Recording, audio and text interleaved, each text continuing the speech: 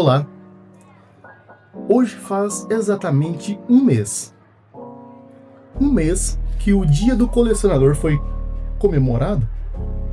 Não sei se você, pois eu não, comemorei o Dia do Colecionador, mas ano que vem pretendo. 18 de novembro é o Dia do Colecionador. E que engraçado, é o dia do aniversário do meu pai, 18 de novembro. Vocês já sabem também que o meu aniversário é dia 24 de novembro. Alguns dias depois do Dia do Colecionador. Seria uma coincidência muito grande se o meu aniversário fosse dia 18, mas o do meu pai é. No vídeo de hoje, eu gostaria, além de relembrar e até te mostrar que existe o Dia do Colecionador, eu gostaria de falar com vocês a respeito do colecionismo. Todos vocês, acredito eu, que têm a ciência que esse canal aqui é um canal de um colecionador. Mais um colecionador nesse planeta que vivemos, nesse país. E quando a gente fala de colecionar, muitas pessoas têm uma visão um tanto quanto medíocres ou miseráveis acerca desse processo social, financeiro e até cognitivo que a gente se demanda, que é o ato de colecionar.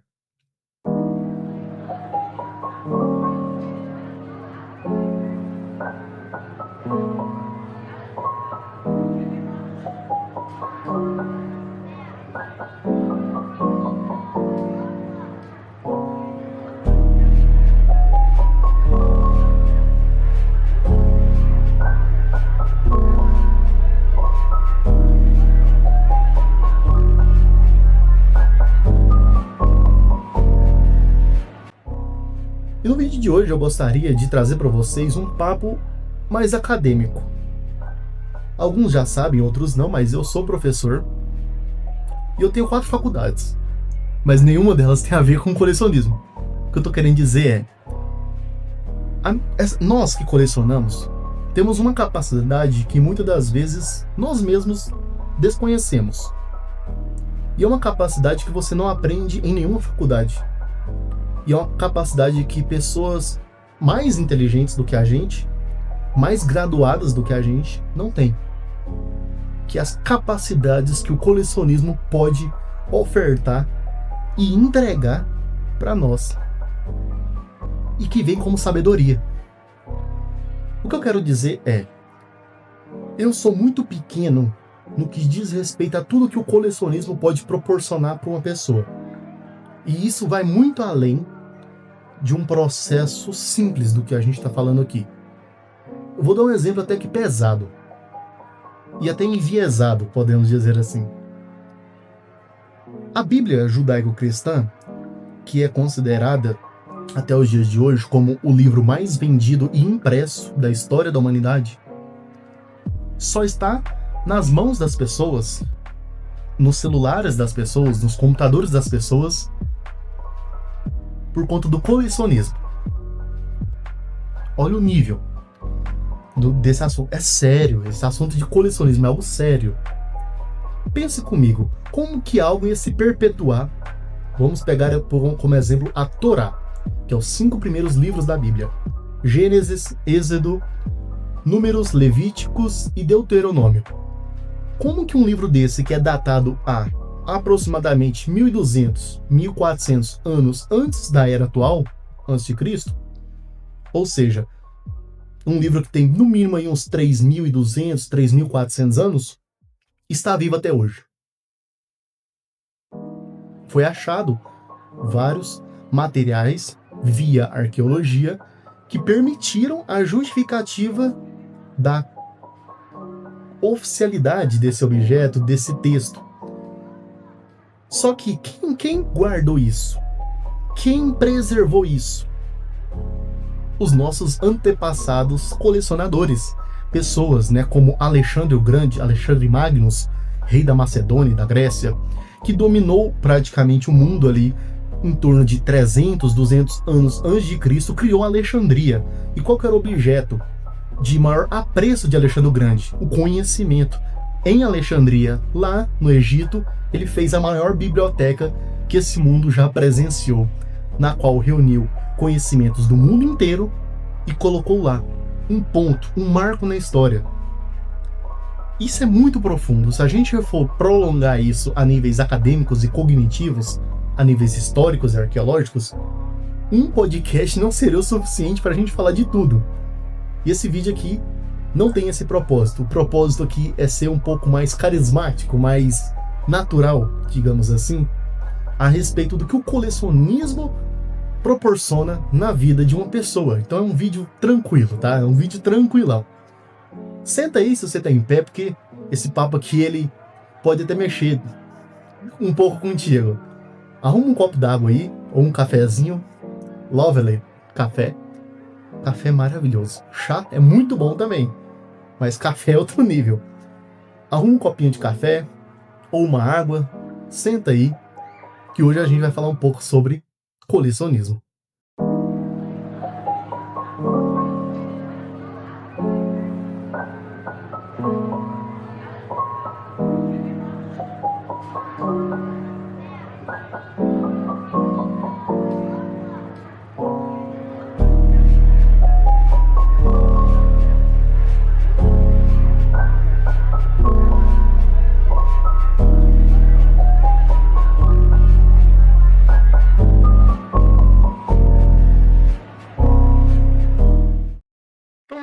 Vamos fazer aqui uma introdução.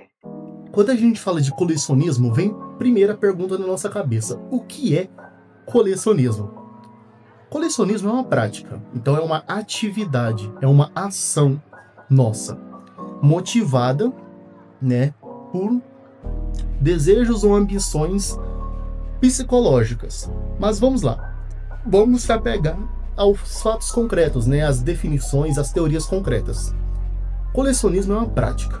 Ela é uma prática de quê? Primeiramente, é uma prática de guardar, é uma prática de organizar, é uma prática de selecionar, é uma prática de trocar e é uma prática de expor. Então a gente tem todos esses fatores. O colecionismo é uma prática de guardar, é uma prática de organizar, é uma prática de selecionar, é uma prática de trocar e é uma prática de expor produtos.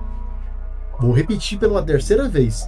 Colecionismo é a ação de praticar, guardar materiais que lhe convém, organizar materiais que você guardou que lhe convém, selecionar esses materiais classificando-os, seja por ordem alfabética ou por autores e assim por diante, utilizar esses materiais como possíveis materiais de troca com outras pessoas que colecionam também, e, em principal, expor tudo isso que você se propõe a guardar, a selecionar e classificar. Ficou claro? Ainda não? Fica tranquilo que ao longo do vídeo você vai entender, porque eu vou simplificar mais ainda, tá bom?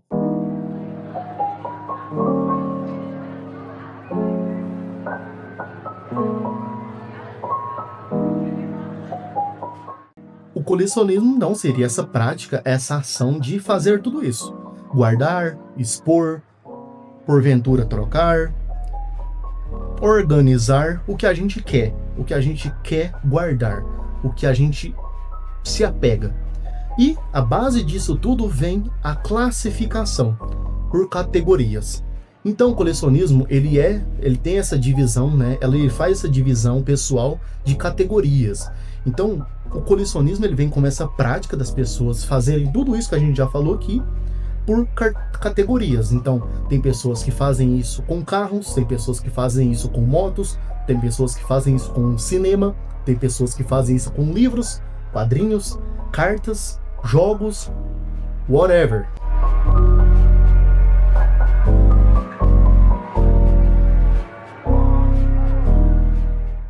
Mas tudo isso gira em torno do quê? Do seu, do meu interesse pessoal. É o interesse pessoal que move a pessoa a essa ação, que é o colecionar. Por que eu vou guardar algo? Por que eu vou me preocupar em organizar alguma coisa que eu estou guardando?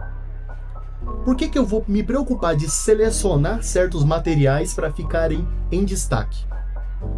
Por que eu vou me preocupar em expor tudo isso? Por que eu vou me preocupar em categorizar aquilo que eu estou guardando? Porque o meu interesse pessoal, porque o seu interesse pessoal está nisso. Ou seja, o colecionismo é uma prática 100% egocentríaca. E isso é muito bom, não é muito ruim, é muito bom. Pois é uma forma de você se conhecer e trabalhar em cima de si mesmo e se tornar menos babaca com a sociedade e com as outras pessoas.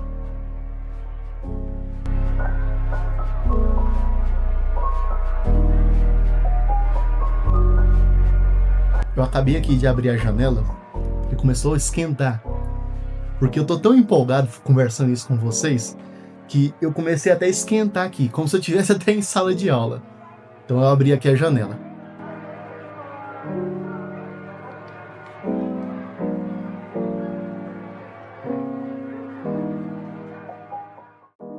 Hoje, por conta da internet, a gente consegue levantar certos dados. Dados esses que, em todo o mundo, a gente consegue classificar milhões de colecionadores. Pela internet, conseguimos, ter esse alcance de identificar as pessoas que realmente colecionam através das compras que elas fazem, das trocas que elas fazem e assim por diante. Ou seja, hoje a gente tem uma métrica de que colecionismo vai além de 1, 2, 3, 4, 5, 10 objetos. A gente tem literalmente colecionismo em tudo que se compete. Praticamente tudo pode ser um objeto de colecionismo. Literalmente. A gente tem estudos pesados, eu vou apresentar isso para vocês aqui hoje nesse vídeo, que corroboram isso que eu estou dizendo, de que hoje a gente tem sim levantamento de dados de milhões de colecionadores. A gente pode ser até um pouco generalista e falar que estamos na casa dos bilhões, pois muitos não se mostram na internet, muitos são físicos ainda. Muitos são presenciais, socialmente presenciais. E isso é bom, isso é bom.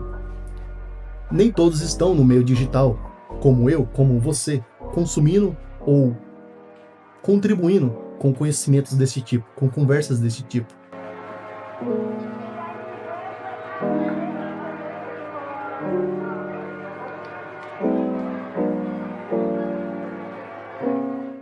Então o que eu gostaria também de apontar aqui nesse vídeo é o seguinte, que dentre os benefícios que a atividade pode trazer para um colecionador, para uma colecionador, a gente pode classificar principalmente entre os jovens.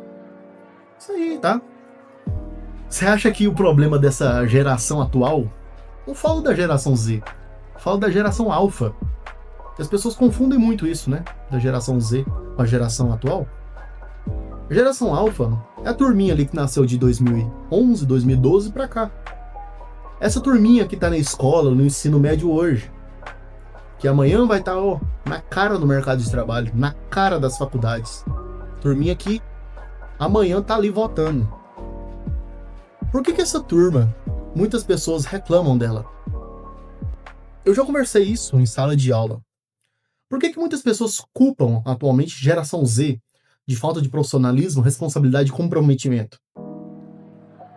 O meio digital, ele tirou essa contribuição do colecionismo que as pessoas tinham antigamente e não sabiam. Antigamente, muitas pessoas colecionavam as mais diversas coisas e não tratavam aquilo como coleção. Não tratavam aquilo como apreciação cultural. E hoje, por conta dos aparatos tecnológicos digitais, as TICs, as tecnologias de informação e comunicação digital que a gente tem hoje, tiraram esse apelo dos jovens procurarem o colecionismo. E isso é um dos grandes fatores que contribuem a essa falta de visão que a grande maioria dos jovens tem hoje. Então, quando eu falo de benefícios do colecionismo, ele se atribui e ele é mais importante principalmente entre os jovens. Então esse ponto aqui é muito importante. Grava na cabeça. Anota aí.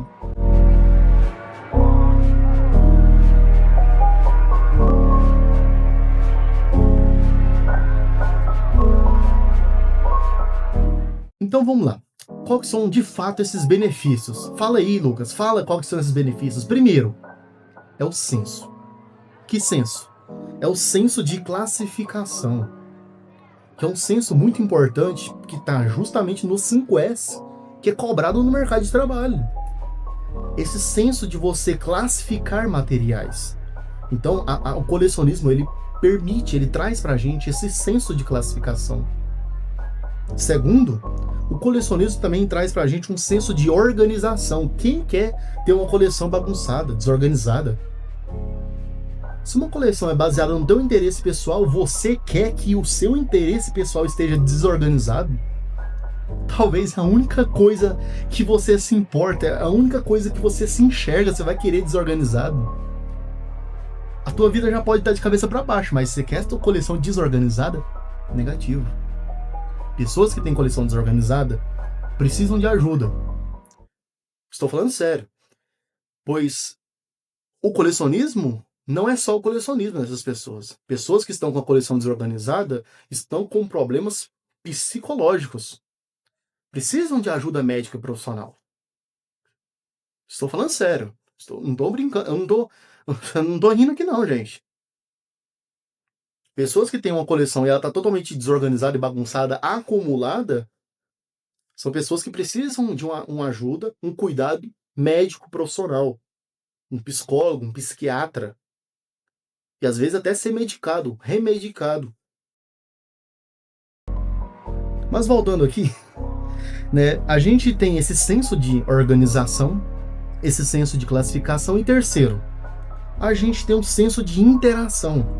Então a pessoa que coleciona, ela começa a se abrir para aquilo que ela coleciona e ela se permite interagir com aquilo que ela está colecionando. Eu tô aqui com essa coleção de quadrinhos, de mangás. Quando eu pego um quadrinho, um mangá para ler, eu estou interagindo com aquele material. Eu estou tendo uma proatividade de ir atrás de um material, consumi-lo, pensar sobre ele e às vezes até procurar fóruns, sejam digitais, sejam amigos na escola, amigos do trabalho, sejam através de vídeos como esse, que há espaço para esse tipo de conversa, e vim falar, cara, eu li Naruto, achei sensacional. Qual que é a sua opinião sobre a batalha ali do Naruto e o Sasuke? No fim do Naruto clássico. Cara, eu achei aquilo ali espetacular. Todas as peças se encaixando. Aquilo ali é genial. Socialização. Por que as pessoas são tão fechadas hoje? Elas são mais introvertidas do que os introvertidos de verdade. Porque a pessoa ser introvertido não é uma pessoa fechada, uma pessoa calada, uma pessoa que morreu pro mundo. Não. Introvertidos existem desde que o mundo é mundo, praticamente. Eu sou uma pessoa introvertida. Eu não sou aquela pessoa explosiva que chega e fala e faz o barulho. Atenção minha, galera, bora ralar, não sei o quê. Não, isso aí é o papel do extrovertido, ele tem seu valor. E eu, como introvertido, eu tenho o meu valor. O papel da gente introvertido é trazer essa introspecção. Ou seja, vamos pensar sobre nós. Beleza, Naruto é bom, mas vamos falar sobre o Naruto, vamos falar sobre o Sasuke, vamos falar sobre essa luta, o que isso traz pra gente? Então, o papel do introspectivo é trazer as pessoas pra introspecção, pra dentro de si mesmo. Não é ela se engolir como se fosse um black hole, um buraco negro, não. E eu já até falei, né, o quarto seria esse senso, né, de socialização.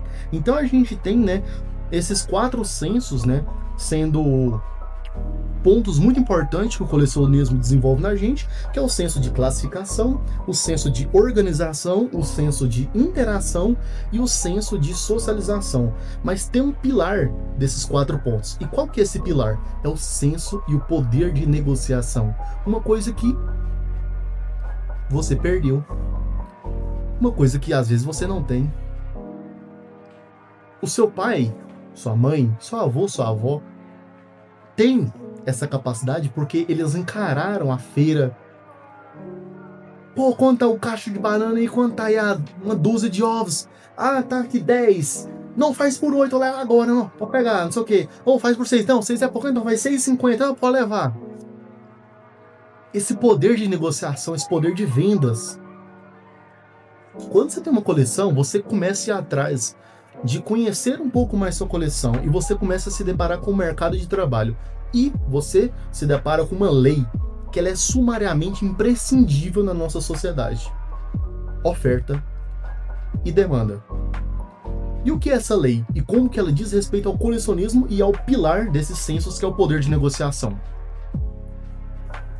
Se você tem um material que ele é muito ofertado, vou dar um exemplo. Volume 7 de GTO. Vamos supor que você imprimiu 1 milhão de cópias. Só que só tem 10 mil pessoas querendo. Esse produto ele é o quê? Comum. Ele é um produto que vai baratear, ele vai ganhar muitos descontos, porque tem pouca gente querendo pela grande quantidade disponível. A demanda é pouca e a oferta é muita. Quem tem muita oferta, tem muito produto. Pouca demanda, poucas pessoas querem. Ou seja, é um produto comum. Agora, e se eu tivesse feito uma impressão de 1000 unidades de GTO 7, ou seja, a oferta é pouca, só que tem 10 mil pessoas querendo, a demanda é muita. GTO 7 é raro. E por que é bom você saber o que é raro e o que não é raro na tua coleção? Porque isso favorece, principalmente, o teu poder de negociação, se convém a você vender. Se você quiser vender, ou se você quiser dizer para alguém num vídeo, ou presencialmente: cara, eu tenho material raro na minha coleção. Ah, é? O que você tem de raro? GTO volume 7, cara. Teve 1000 impressões e, cara, tem uma caralhada de gente, perdão pela palavra, gente, uma caralhada de gente querendo, mas eu tenho aqui. Ô, louco, velho, esse aí tá 300 conto no mercado. Pois é, cara, mas eu tô na minha coleção. Aí teu amigo: pô, então vende ele, velho. Pô, nunca, não é porque ele tá raro que eu vou vender. Aí entra o senso de responsabilidade. A responsabilidade engloba tudo isso, gente. Não é porque eu tenho produto raro que eu vou vender. Não é porque eu tenho aqui uma coleção rara, a Kamiga Kill, que eu comprei por R$150 e tem gente vendendo a 700, que eu vou vender. Não, eu quero a Kamiga Kill na minha coleção. Eu gosto de a Kamiga Kill. Mas saber que é raro traz aquele gostinho, traz aquele... Cara, eu consegui, velho. Eu consegui. Tem um materialzinho aqui que todo mundo quer e eu consegui. E tá difícil que eu vou achar a Kamiga Kill, hein, gente? Então, isso são benefícios, cara, que favorecem demais o colecionismo. E esses benefícios, principalmente para essas pessoas mais jovens e mais novas, são algo que devem ser aflorado. Devem ser entregue a oportunidade para essas pessoas colecionarem. Larga esse celular. Larga um pouco esse computador. Você quer o computador? Você quer um celular? Cara, você gosta de jogar? Beleza, o que você gosta de jogar? Ah, eu gosto de jogar aqui esses jogos aqui que tem aqui, beleza. De qual console que é? Nossa, eu gosto muito desses jogos aqui que são de PS3. Pô, beleza, bora fazer uma coleçãozinha de PS3. Pô, eu quero ter aqui eu gosto... todos os jogos aqui de The Last of Us eu amo. O 1 e o 2 eu amo, não sei o quê. Se você gosta do 2, né, cara? Brincadeiras à parte. Vai lá, compra os jogos The Last of Us 1 e 2 pra PC. Faz um emoldurado, alguma coisinha que diz pra você que você tem aquilo. Pode parecer um pouco de materialismo o que a gente tá falando, pois é de fato. Mas tudo isso faz a gente pertencer a esse mundo. No que diz respeito a que a gente tá vivendo esse mundo. E se você, assim como eu, tem uma crença em principal, né, de raiz judaico-cristã, cara, fomos feitos para viver esse mundo. Se você é ateu, principalmente se você é ateu, cara, você só tem essa oportunidade. Então vive esse mundo. Ah, você é gnóstico. Cara, deve ter alguma coisa poderosa aí, mas eu não sei. Eu prezo pelo conhecimento. Beleza, vai atrás. Vai atrás de conhecer, vai atrás de viver. Coleciona os seus materiais e demonstra que esses materiais aqui, eles não são de fato agressivos, não, todos eles aqui têm uma mensagem por trás. Ou seja, independente da tua ideologia, dá para extrair o suprassumo do colecionismo, e ele permite isso.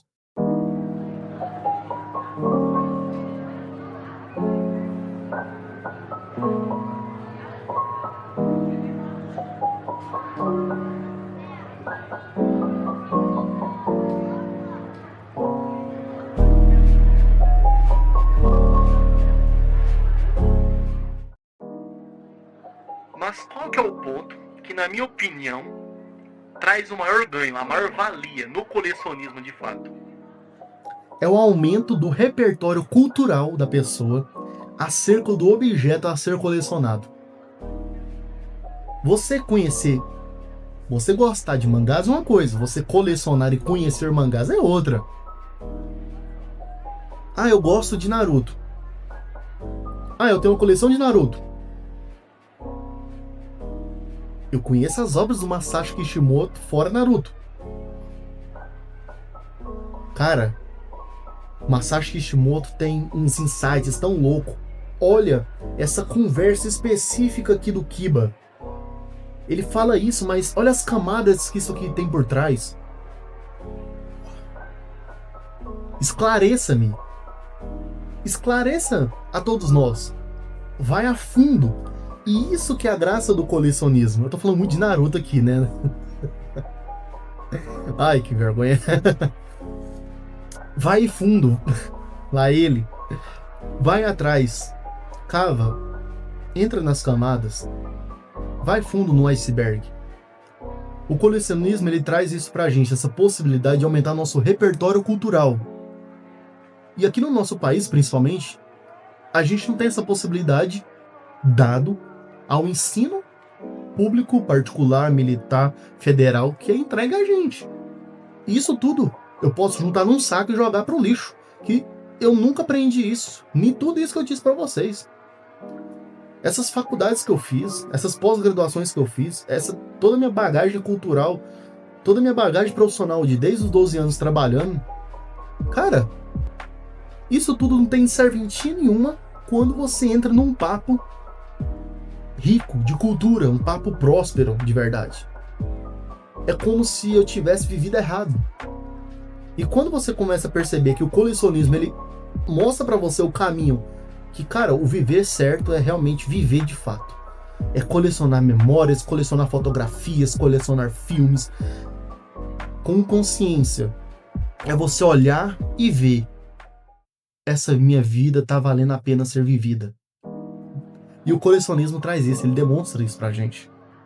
E isso é muito importante, pois, como eu disse pra vocês, as instituições governamentais, as instituições privadas, todas as instituições, até mesmo familiares, elas não promovem esse repertório cultural, a não ser que você nasça numa família que há 3, 4 gerações se perpetua com condição financeira e ela é socialmente estável.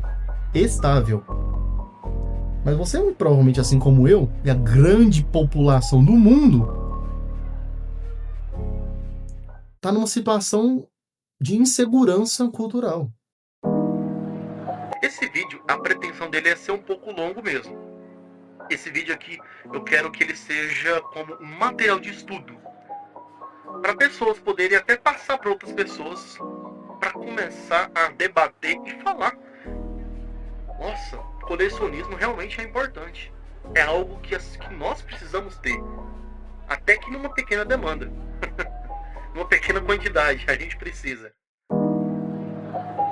A segunda parte agora a gente vai falar um pouco sobre referências acadêmicas. E eu trouxe uma aqui para a gente falar, para não estender mais ainda esse papo nosso. Um dos principais estudos, dos mais recentes que a gente se tem sobre esse tema, que é colecionismo, foi publicado por um historiador alemão. Esse historiador alemão, ele tem diversas contribuições em diversos campos da história acadêmicas, né? Contribuições acadêmicas. Mas é engraçado que ele se permitiu se entregar um tempo para conversar um pouco sobre colecionismo de fato. E eu tô falando do Philip Bloom. Philip Bloom, eu não sei se está correta a pronúncia, mas creio que sim.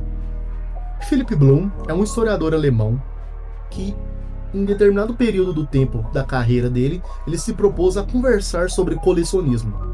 E qual que é o impacto disso? E o que é isso de fato num ser humano? E ele avalia, né, o colecionismo principalmente como um impacto da Revolução Industrial no hábito humano, né? Ele diz, né, que a Revolução Industrial possibilitou o ser humano desenvolver o hábito de colecionar. Eu sou muito inferior, academicamente falando, ao Philip Bloom para dizer isso que eu vou dizer, mas eu creio que ele esteja equivocado, pois a gente tem hoje registros, né, históricos e arqueológicos de colecionismo datados a milênios atrás.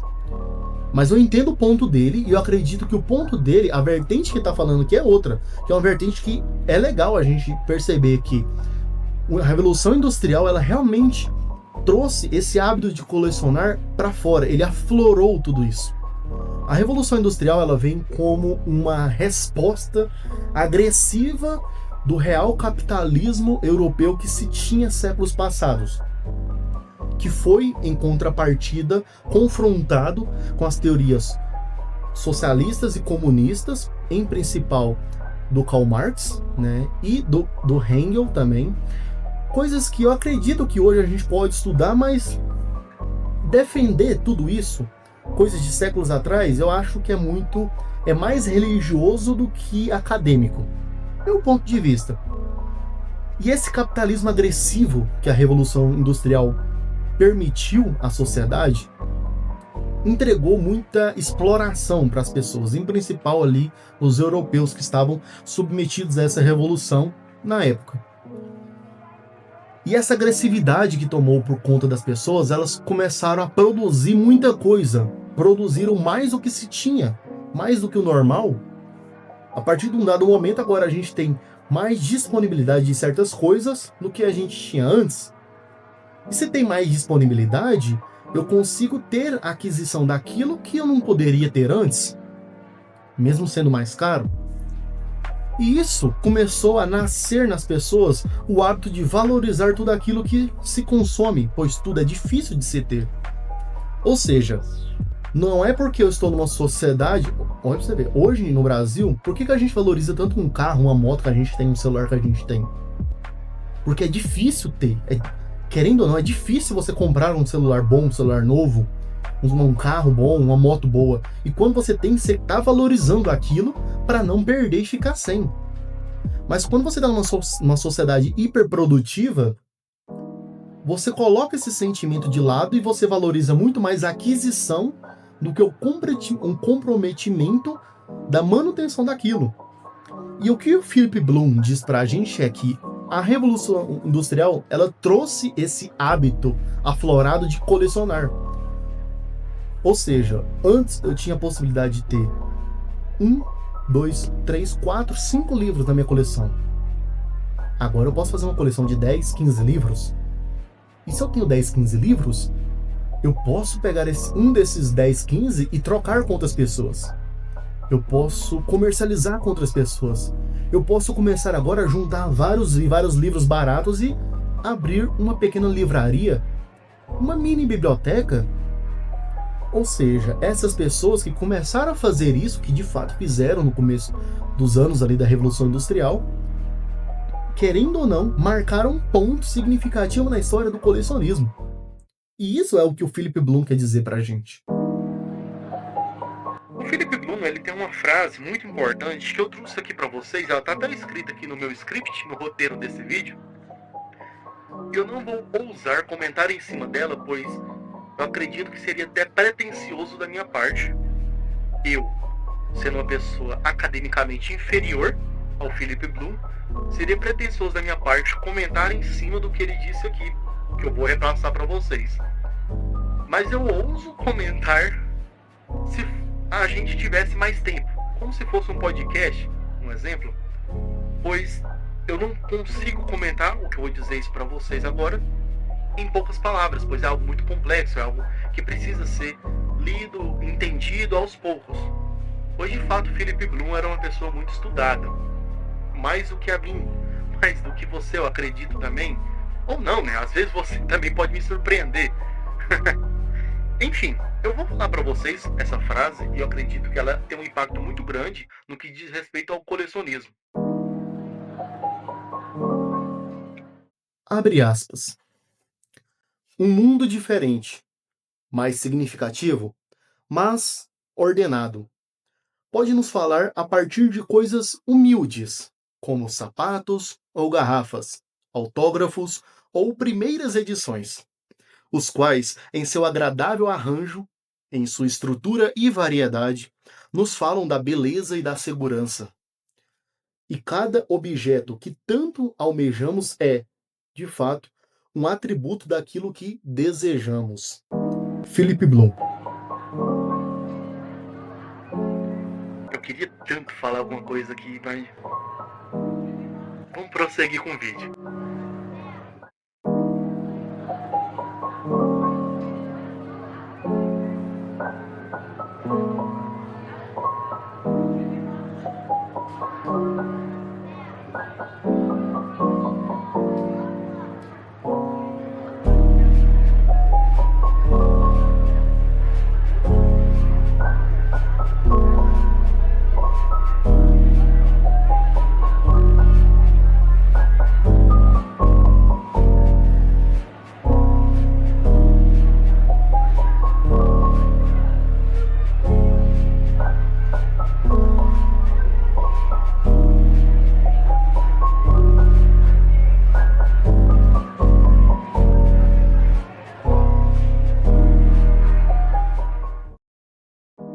Agora estamos aqui na terceira parte desse vídeo.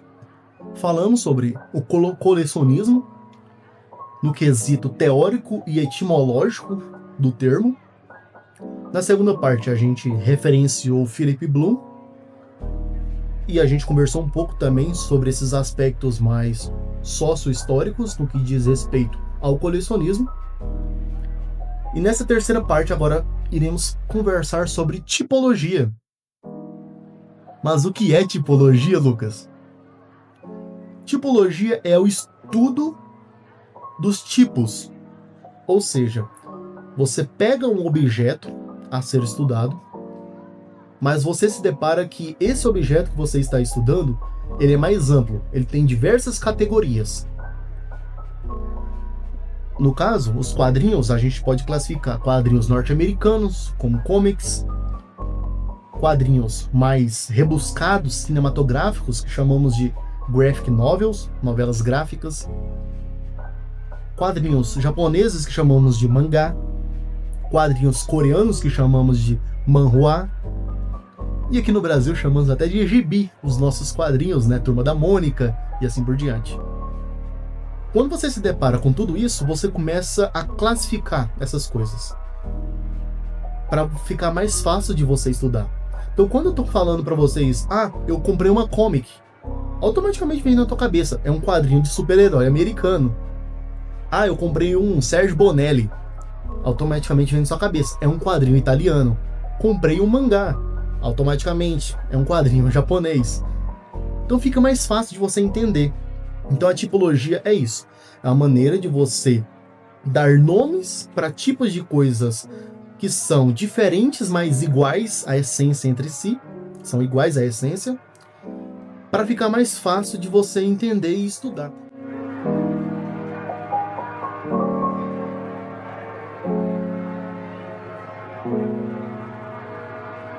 A tipologia, ela existe de fato para pessoas que estão estudando. Esse é o fato. Um exemplo, quando eu falo aqui bibliofilia, eu estou me referindo a uma pessoa. Bibliofilia significa coleção de livros. Então a pessoa que tem o bibliofílico é uma pessoa que é colecionador de livros. Uma bibliofilíaca é uma colecionadora de livros. Para nós, do cotidiano, do rotineiro, não precisamos disso de fato. Eu simplesmente vou dizer: fulana é uma colecionadora de livros. Fulano é um colecionador de livros. Agora, quando você vai referenciar isso academicamente, você vai trazer um pouco de linguagem mais eloquente, linguagem mais culta para o assunto que você está ali defendendo ou atacando, argumentando, opinando. E aí você não vai falar fulana coleciona livros, nem fulano coleciona livros. Você vai dizer fulana, a bibliofilíaca, fulano, o bibliofilíaco, ou bibliófico. Entende? Fica mais fácil da pessoa que está lendo aquele material acadêmico entender o que ela quer dizer. E fica mais rebuscado a pessoa que está fazendo entregar o material dessa forma. Então, esse ponto, essa parte aqui do vídeo, vou ser sincero com vocês, ela não necessariamente todas as pessoas precisam entender. Fica mais completo se você assistir e conseguir desenhar tudo isso na tua cabeça que eu tô passando aqui para vocês. Porém, é uma área até que mais acadêmica, entre aspas, mais chata, em termos até etimológicos mesmo. Enfim, a gente falou tanto aqui nessa introdução da terceira parte, vamos para a terceira parte em si. Tipologia. Dentre os principais tipos de coleções, algumas recebem nomes específicos que podemos mencionar aqui, pois são as mais conhecidas, ou as mais estranhas. Tais nomes, referem-se a princípio ao estudo dos itens ao qual se referem, ou seja, igual eu falei para vocês, a tipologia, esses nomes estranhos aqui que vocês vão ouvir agora, se referem ao estudo em cima desses tipos de pessoas. Então, se eu vou me referir a um colecionador de livros, eu não vou tratar tal pessoa como colecionador de livros. Eu vou utilizar termos acadêmicos como bibliofilíaco ou bibliofílico, coisas assim do tipo, sendo bibliofilia coleção de livros. E também tudo isso, faz a gente ter um processo de ampliação de sentido. Então a tipologia, ela oferta isso. A tipologia, ela traz um sentido em cima daquela certa coleção, daquele certo tipo de colecionismo. A gente está falando da bibliofilia, como exemplo, a coleção de livros. Então, a tipologia traz um sentido acadêmico em cima daquilo e ela amplia, trazendo um subsentido. Então, a tipologia ela é muito importante, pois ela demonstra que pessoas estão estudando o colecionismo, aquela área específica do colecionismo, e através desses estudos, outras pessoas podem ampliar também, com mais estudos, mais ramificações. Quando começou a tipologia do colecionismo, digamos assim, a primeira pessoa que foi lá e classificou bibliofilia como coleção de livros. Então o cara foi lá, estudou, eu não conheço, tá? Confesso para vocês que eu não sei quem foi de fato essa pessoa, esse cientista ou essa cientista, que foi lá e estudou de fato, e cunhou o termo bibliofilia. Mas vamos aqui criar uma história, vamos criar um storytelling aqui para ficar mais fácil a compreensão. Então, suponhamos que um cientista foi lá e falou, cara, eu vou começar a estudar essas pessoas que colecionam livros. Eu acho que tem alguma coisa por trás disso daí. Aspectos psicológicos, aspectos sociais, históricos, talvez familiares, enfim, vamos lá. Poxa, mas não tem um nome específico, cara. Vamos lá, vamos juntar duas palavras gregas. Filia, que tem a ver ali com gosto, apreço. Biblio, que significa ali biblioteca. Bibliofilia. É um termo legal, bibliofilia. É uma coleção de livros. Então, uma coleção de livros ali, uma bibliofilia, um colecionador de livros. Sendo biblioteca, é uma coleção, uma coletânea de livros, Então isso já existia, eu acredito eu. Uma biblioteca é uma coleção de livros, uma bibliofilia é uma pessoa que coleciona livros. Uma pessoa que tem uma pequena biblioteca para si. Beleza. Fui lá, estudei, criei, publiquei o artigo. Veio outra pessoa, uma cientista. Falei, rapaz, gostei desse estudo aqui. Interessante. Bibliofilia. A pessoa que tem um apreço, uma coleção de livros. Poxa. Só que, e a pessoa que tem um apreço e tem uma coleção só de livros de romances russos? Tolstói, Dostoiévski. Você vai lá e cunha outro termo, e aí possibilita outras pessoas estudarem só aquele ponto. Você saiu do âmbito geral, bibliofilia, que é colecionadores de livros, e afunilou num ponto que é colecionadores de livros de romances russos, e você pode até ampliar isso, que são colecionadores de livros de romance russos de pessoas que nasceram ali em Moscou, a capital. Então você consegue perceber que academicamente isso é muito bom, você trazer tipologia para o colecionismo, pois ele amplia e reamplia e subamplia os estudos, e os conhecimentos acerca do colecionismo. Então esse ponto é importante. Esse papo acadêmico de tipografar as coisas é importante, é de suma importância para a academia. E isso tem muita importância também para nós, colecionadores comuns, que consumimos os materiais. Pois através de estudos como esses que a gente consegue perceber, reconhecer e aprender um pouco mais sobre esses sensos que eu citei na primeira parte do vídeo, de classificação, organização, esse senso, né, de poder de negociação, de expor e tudo mais. Então é através de estudos como esse, de tipologia, que a gente consegue ampliar o nosso aparato cultural. Cultural. É uma palavra muito bonita que as pessoas não sabem, né, o significado. Então vai um extra aqui, um asterisco. Cultura nada mais é do que um conjunto. É um conjunto de hábitos, costumes e crenças. Eu tava lembrando aqui. Então cultura, quando falamos cultura, aquele povo tem tal cultura. Ou seja, aquele povo tem tais hábitos, crenças e costumes. Aquela região tem uma cultura específica. Ou seja, aquela região tem crenças, hábitos e costumes específicos. Então, a palavra cultura é esse conjunto de 3 termos: crença, hábitos e costumes. Eu gosto muito dessa palavra, pois ela é muito profunda, né, no que diz respeito a estudos e assim por diante. Vamos lá, vamos continuar aqui, não vamos perder o fio da meada, não. Então, saindo desse storytelling essa historinha que a gente acabou de criar, vocês conseguiram perceber que, de fato, né, a tipologia ela consegue ampliar, reampliar. Vamos me corrigir aqui. A tipologia ela consegue ampliar, reampliar e subampliar o sentido geral do colecionismo, classificando, né, os colecionismos. Então, né, isso se deve, né, ao fato da maior parte desses estudos também acabar levando, né, o objeto a ser colecionado como parte do nome. Então, bibliofilia, ele leva esse nome porque ele está querendo dizer livros, né, biblioteca. Então, o nome específico da tipologia, ela carrega em si o objeto a ser colecionado. Então, eu vou passar para vocês aqui agora alguns nomes, né, algumas curiosidades aqui. Algumas tipologias de coleção como curiosidade para vocês. Tem a autografomania, que é uma coleção de autógrafos. Bibliofilia, que é a coleção de livros. Bric-a-brac, coleção de velhos objetos de arte e artesanato. Cartofilia, coleções de cartões postais. Filatelia, coleção de selos. Filumenia, coleção de caixas de fósforo. Marcofilia, coleção de carimbos postais. Maximafilia, coleção de máximos postais. Notafilia, coleção de cédulas. Eu conheço muitas pessoas que são notafilíacos. Numismática, coleção de moedas, embora possa referir-se também à coleção de cédulas.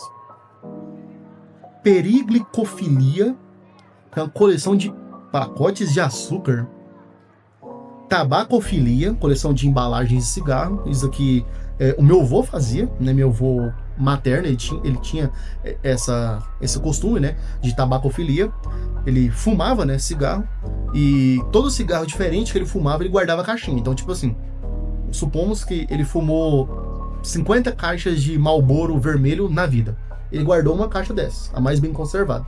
E ele tinha uma coleção de cigarros que ele já fumou. Então,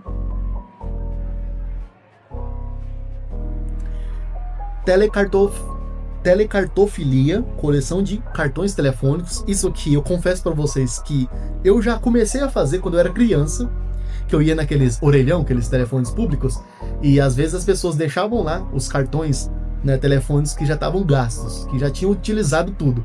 Mesmo assim eu testava, eu, meu irmão e os amigos, né, a gente testava para ver se ainda tinha crédito. Nunca a gente achou um que tinha crédito. No orelhão, na rua a gente já achou um que tinha crédito, alguns que tinham crédito. Mas eu colecionei, eu guardei uma pequena caixa de sapato e tinha alguns cartões telefônicos quando eu era criança. Meu irmão também tinha isso. Mas enfim, esses aí foram os mais estranhos, os nomes mais estranhos, né? Mas assim, eu vou dizer pra vocês agora o que é mais comum hoje em dia de coleções. Então seria a segunda parte dessa parte 3, né? Eu vou falar pra vocês agora o que é mais comum de colecionar hoje em dia. A gente tem coleções de acessórios, né? Que é bottoms, chapéus, gravatas, óculos e relógios. Conheço muita gente que coleciona relógio. Armas, isso aqui tem muito nos Estados Unidos da América, né? Armas de fogo, espadas e facas. O meu irmão, em principal, ele quer começar uma coleção de espadas, né? Bonecas. Muitas meninas, né, tinham isso antigamente, né? Coleção de bonecas de pano ou de marioscas. Marioscas, é aquelas bonecas russas, né? Coleção de brinquedos, né? A gente tem os Brother, Lego. Lego é uma coleção que eu quero fazer, tá? Brinquedos Lego. Kinder Ovo, eu já fiz coleção de Kinder Ovo, quando as vacas estavam gordas, né? E Playmobil. Cara, muita gente coleciona esses Playmobil aqui no Brasil. E Lego também. Coleções de caixas, né? De música, de pássaro, cantor, autômato. As caixinhas, né? Que tocam música. Uma coleção comum também é a de cromo, que é alguns álbuns e surpresas, né? Aqueles álbuns de figurinhas. Diecast, que é aquelas coleções de Hot Wheels, Jada Toys, Jedi Toys, né? Bonequinhos Jedi. As Maestro, que eu coleciono, né? As miniaturas de motinha. Matchbox, não conheço. Também tem coleções de discos e cartuchos, isso aqui eu coleciono e muitas pessoas colecionam, que é Blu-rays, CDs, DVDs, vinis, jogos eletrônicos e Laserdisc, isso que é bem antigo. Laserdisc, ele parece um CD, só que do tamanho de um disco de vinil. Jogo de carta colecionável, Magic, Spellfire, Pokémon, Yu-Gi-Oh!, Lorcana, né, agora da Disney. Coleção de latas e garrafas, de biscoitos, cervejas e refrigerantes. Muita gente coleciona isso também, aqui no Brasil. Material de escritório, apontadores, borrachas, canetas e lápis. Cara, geralmente eu vejo isso aqui muito em escola, né? Tem muitas alunas minhas que colecionam isso, caneta, lápis diferentes, assim. São edições, né? Eu conheci um colecionador de canetas de verdade, cara. Um cara que comprava canetas de R$2.000, R$3.000. Canetas top mesmo, que vinha numa caixinha ali toda aveludada, é literalmente uma coleção de canetas. Miniaturas de animais, papo, safari, schleich, isso que eu não conheço, não coleciono, né? Miniaturas de figura de ação, que são as action figures, né? Da Hot Toys, Kotobuya, NECA, Sideshow, são algumas marcas. Papel de carta, coleção de videogame, pequenos objetos, como botões, chaveiros, dedais e isqueiros, plastimodelismo, revista em quadrinhos, né? Graphic novels, mangás, roupas, né? Pessoas colecionam roupas como sapatos, vestidos, biquínis, bonés, tênis. Muita gente coleciona aqui no Brasil. Nos Estados Unidos, muita gente coleciona mesmo tênis e bonés. Uniformes, né? Algumas camisas, né? Tipo, eu coleciono tudo que é do Cristiano Ronaldo. Todas as camisas que o Cristiano Ronaldo já usou, tipo, quando ele tava lá na Juventus. Qual que era o modelo e o número? Você vai lá compra uma original. Quando ele tava ali, quando ele passou pro Real Madrid, pro Manchester United. Então, tipo assim, o cara coleciona uniformes, né? Tem muita gente que coleciona isso no Brasil. Eu já tentei colecionar, mas é caro, tá, gente? É muito caro. Uniformes militares também, muita gente coleciona. Soldadinhos de brinquedo, aqueles de chumbo ou de plástico. Souvenirs, que são aqueles com imãs, miniaturas ou pets. Até mesmo aquelas lembrancinhas, né? De quando você vai pra um país, ou quando você vai pra um estado ou outra cidade, você sempre traz uma lembrancinha pra te lembrar. Por isso que é lembrancinha. E por último, Tazos, né? Que, cara, que saudade de ver Tazos igual tinha antigamente nos salgadinhos. Vocês lembram que a Elma Chips, ela tinha uma linha, né, de cartinhas de Shuriken do Naruto, do X-Men Evolution, Dracomania, Vampiromania. Cara, era maravilhoso. Enfim. Turma, pra encerrar aqui, é isso, o dia do colecionador é dia 18 de novembro, não esqueçam isso. Se você realmente é um colecionador, trate-se como colecionador. Leve-se a sério, tá? Eu te levo a sério, eu levo a minha a sério. Se você é um colecionador, você é um colecionador, cara. E é isso. Aprecie culturalmente falando o seu hábito de colecionar, o seu hobby de colecionar. E aqui no Brasil, né, essa é a data, porque em outros países é outras datas, mas aqui no Brasil o dia do colecionador é 18 de novembro. E aí, um mês atrasado, mas estamos aí. Um beijão pra vocês. Feliz dia do colecionador. Até. Rapaz, que prazer imenso foi gravar esse vídeo, velho. Que delícia de vídeo.